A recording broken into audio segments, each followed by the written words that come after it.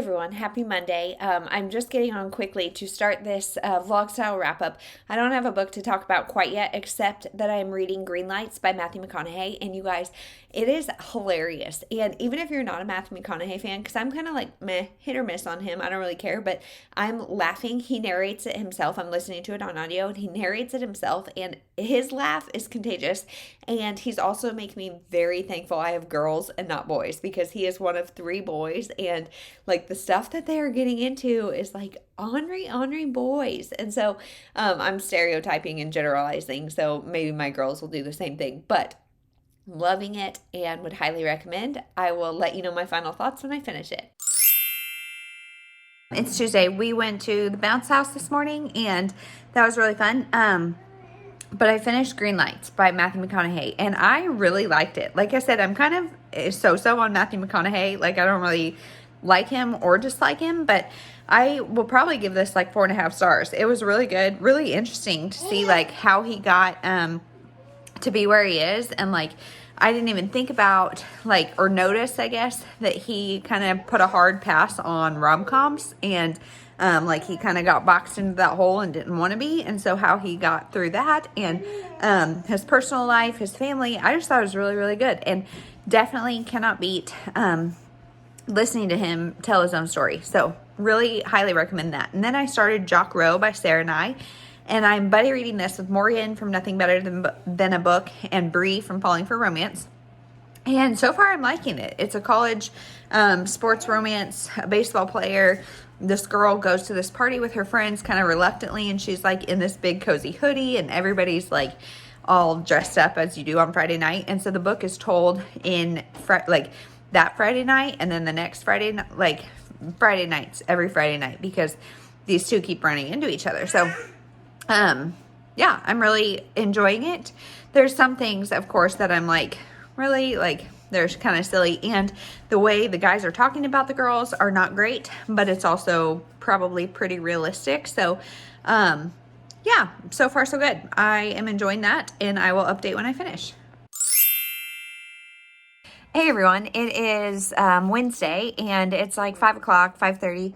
I'm just about to make some dinner, but I thought I'd get on and let you guys know that I finished Jock Row by Sarah and I buddy read this with Morgan and Bree, and I think we all kind of felt very similar. 3.5 stars, 4 stars, kind of somewhere in there, depending on which one of us you ask and how much experience we have with new adult, because this is a very typical new adult sports romance. So I don't know if I said anything about it before, but they meet at a party.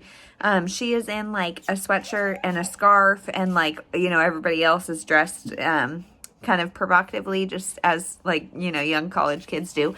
And they're going to a party, so they're going to be inside. So like there's really no need to layer up like that, but she is like that, and she's just kind of being like a buzzkill. So the guys in the house, the baseball house, kick her out and tell her she's being a jock block. And so the guy that is like assigned with taking her out is Rowdy. Her and Rowdy then end up spending all evening out on the porch talking to each other, and they have like kind of a friendship spark, something start there. So this is told from both Rowdy and what is her name? Maybe Scarlett, I think is her name, Scarlett, both of their perspectives. And so you get to see their inner thoughts. And so this book is slow burn in the fact that they don't have a physical, like they don't have sex until later in the book. And they do have physical relationships like throughout or with each other, but it's a slow burn in that way. But because you know all of their thoughts and stuff, you know that like it's more of a lust thing than a like friendship thing. Like it's a friends to lover situation. But I just wish we had more of their like friendship. Like I wish that developed longer, and like that we kind of heard more of their like emotions around each other, as opposed to just like what their thoughts were on the other's body. And so like, or if there was like a big vulnerable moment or something where they both kind of like laid it out there and they like connected that way, like emotionally, I would have liked it better. But it just kind of was surface level. And like you said, there was like instant attraction. So while it was slow burn, it was like kind of not. This is also a virgin heroine. So if you don't like those, like I don't know. I have a hard time with like the whole stereotype of just because she's a virgin, she's super like naive. And that wasn't terrible in this book, but I just don't like the virgin trope. So if you like that, you might like this better than I did. But overall, I thought it was okay. The baseball element does play a big part in it because there's a lot. One, they're talking about like jersey chasing and women or girls being after them for their money and that kind of stuff. Like the way they talk about girls in this book is not ideal, but also very true to life, I think. So, and then there's a lot of talk from Rowdy about like how much he eats and like the things he does to kind of keep up his body. So, yeah, I thought it was good. I feel like I kind of just like bashed it, and I give it 3.5 stars. It was good, not great. I don't know that I'll remember it. Like at the end of the month when I'm doing my wrap up, we'll see what I have to say about it. I don't know if I'll remember it. Aside from like the meet cute, like when they are out on the porch talking the first Friday, I thought that was really sweet, and I just wanted more of that like getting to know you phase. And there's a fair amount, but like I said, because we're hearing all their thoughts, we're knowing that most of the focus is physical, even if it's not physically happening. So that is that book. Now I started It Had to Be You by Georgia Clark, and this comes out May 4th, which was yesterday. So it'll be out by the time you see this. And I'll let you know my thoughts. Our neighbors' dogs just go crazy all the time. So I'll check in tomorrow. Hey everyone, it is Friday, and I'm just getting on to let you know I finished It Had to Be You by Georgia Clark, and I'm giving it 3.5 stars. This is an arc that just came out early May 4th, I think, and I liked it. So this is, at its premise, this is about a woman named Liv. Her and her husband, Elliot, have run a wedding planning business for a long time in New York, and then Elliot dies, and so she is like kind of in a tailspin. She's got this wedding that goes disastrously wrong and ruins her reputation, so she's just kind of like in a hole of despair.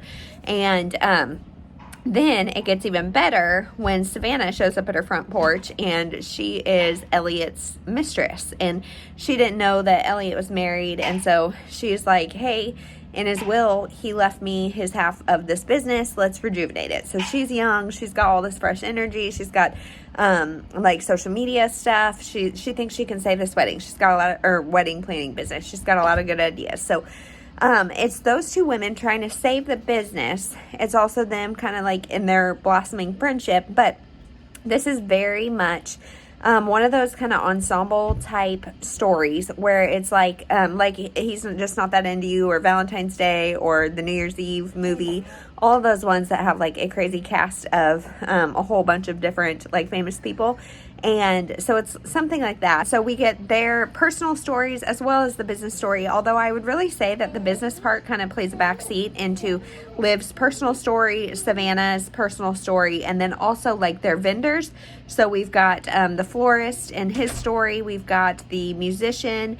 We've got, I think, a photographer. Like there were so many different storylines, and we're seeing all of like glimpses into all of their lives and what's going on. And so I love those movies that are these like ensemble types, but truthfully, I think it does work better as a movie than as a book, because it was a little hard to keep the like timelines of things straight among all the perspectives, and it kind of jumped around, which was not bad. Like it was easy to keep track of.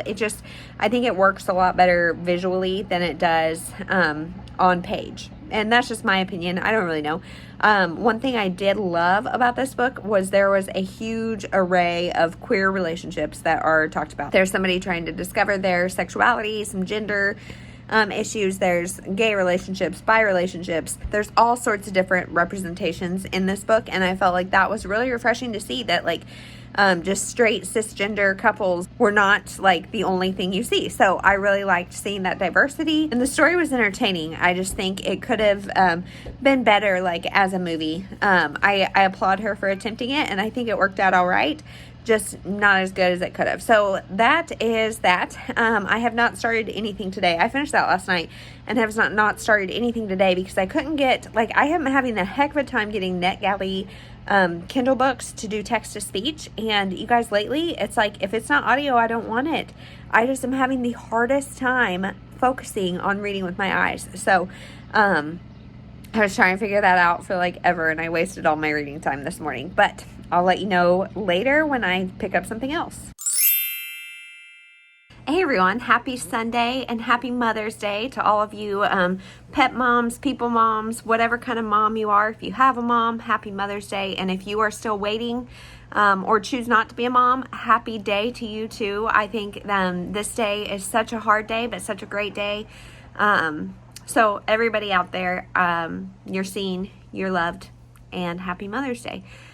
So today I finished Coming Home to Seashell Harbor by Miranda Liaison. I hope I'm saying her name somewhat right, but this book had all of the tropes that not all of the tropes, but it had my all-time favorite trope, which is first love gets a second chance. And so this book is about Hadley and Cam. And Hadley was like this publicist, I think, in Hollywood and had a very, very public breakup. And so she goes back to oh my goodness, you guys, Seashell Harbor.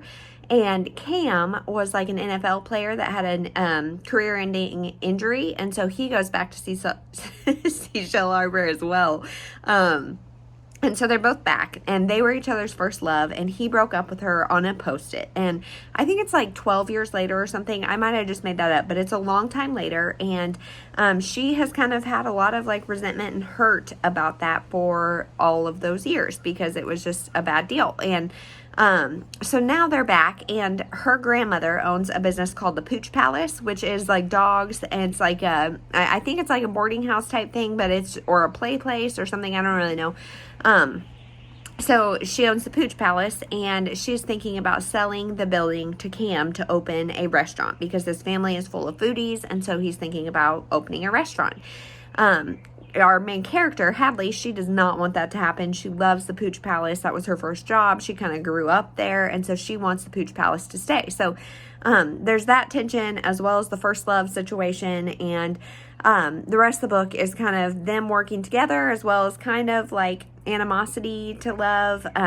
It's just their second chance romance. So I gave it 3.5 stars, more on the side of 3. This is an arc, but I think it came out May 4th, so it's already out, and it's by Forever, so thank you to Forever for allowing me to read this. But I felt like this was just missing something for me. Like, I love pets in books. I love First Love Gets a Second Chance, and yet I just didn't really feel anything for them, and I felt like our main character, Hadley, she was a pushover, like, and a doormat, and like she had all these hurt feelings, and then it was just resolved like pretty easy. I mean, I just didn't feel the tension like ever, and so maybe it's just my headspace. I wasn't in the right frame of mind or something, but this one just felt like your very average small town romance, and I like that genre, so that's why it's 3.5. But it just wasn't anything special, and like I don't know that I'll remember it for very long. So that's kind of where we're at with that. It does kind of fulfill a prompt for Chick Lit-a-thon, so it has yellow on the cover, so the words are really the biggest yellow part, but I mean, that counts, so it counts for Chick Lit-a-thon, and that's about it. So I'm going to wrap up the vlog here. You guys, last night, so I told Jeremy what I wanted for Mother's Day was to sleep in and to have him help me clean the house because we maybe have somebody coming to look at our house tomorrow, and plus it just needs to be like tidied up. And so he's like, okay, cool. So last night, Mother Nature got me good. We had like the worst storm that we have had in years, and it was 60-mile-an-hour winds. It was just crazy. So I had like, it started at like 10. So the kids had just fallen asleep because both of them like just were up like so late. And so they had both fallen asleep. They both start crying. So I pull them both in bed with me, and needless to say, it was not restful at all. Like, I think we got maybe like 2 hours of sleep. So, yeah, I will be probably napping and not really reading much the rest of the day. But, yeah, I think, like, I was starting to have a pity party. But then I'm like, you know what? That is the perfect way to start Mother's Day. Like, I got a lot of cute quality time with my kids. And, I mean, nothing like some cuddles, I guess. So next weekend is my birthday, which means we can try this all again next weekend. Hopefully next weekend I'll get some sleep, and I still have hope that we're going to clean the house, but today has just kind of been a like weird start, so we haven't gotten that much done. We've just like done dishes and like kept our head above water. So yeah, that's it. So everybody, I hope you have a wonderful week, and let me know if you've read any of these books, and we'll talk to you in the next one.